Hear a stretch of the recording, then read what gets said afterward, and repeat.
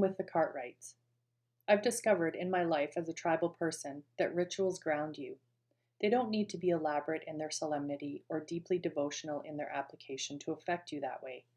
No matter how slight or insignificant, rituals connect you to the people you share your home and your planet with.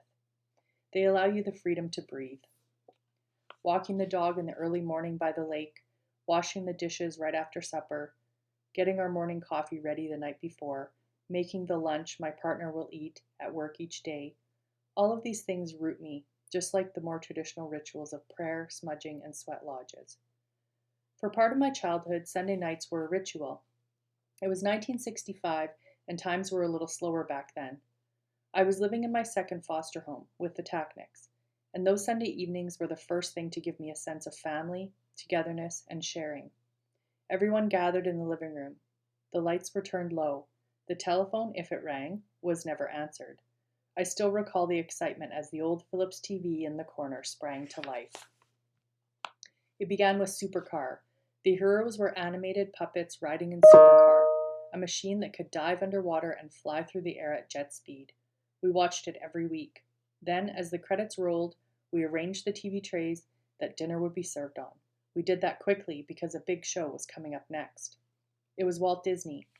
Every week, Disney offered up amazing journeys with Spin and Marty, Flubber, Sammy the Way Out Seal, and the usual gang of Mickey, Minnie, Donald, and Goofy. It was a charming program. Everyone, regardless of age, could sink themselves into it and disappear for an hour. Next came The Ed Sullivan Show. Once the dishes were cleared for washing up later, we sat and watched the entertainers presented each week. There were still vaudeville performers around then, tap dancers, magicians, ventriloquists, and singers. There were show people raised on the boards and taught to work a crowd, humble and generous in their art. The show was captivating. I saw the Beatles on Ed Sullivan, too, along with Elvis, Liberace, Ethel Merman, Sherry Lewis and Lamb Chop, and the great Edgar Bergen. But it was after that weekly spectacle that the night became truly magical, because at 9 o'clock, Bonanza came on. It was the highlight of the week for everyone.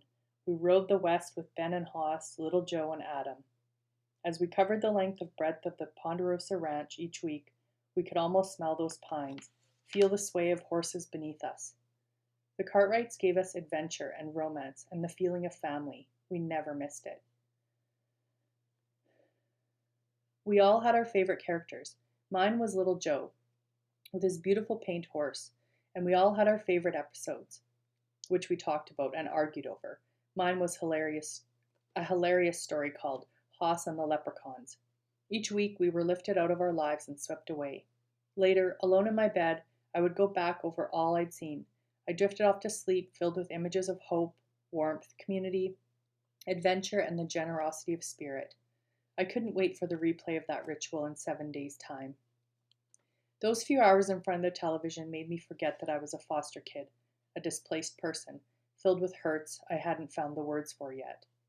Television has changed now. The old innocence and humility are missing.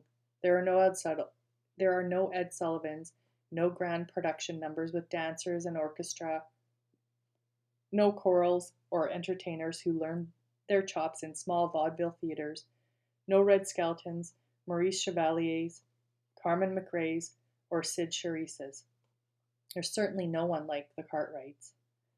When you gather with others for the sublime purpose of being together, the strength of that ritual binds you, shapes you, maybe even saves you. I learned that as a foster home kid, and rituals still hold that charm and power. We're tribal people, the whole magnificent lot of us, and we shine brightest when we honor the rituals that join us.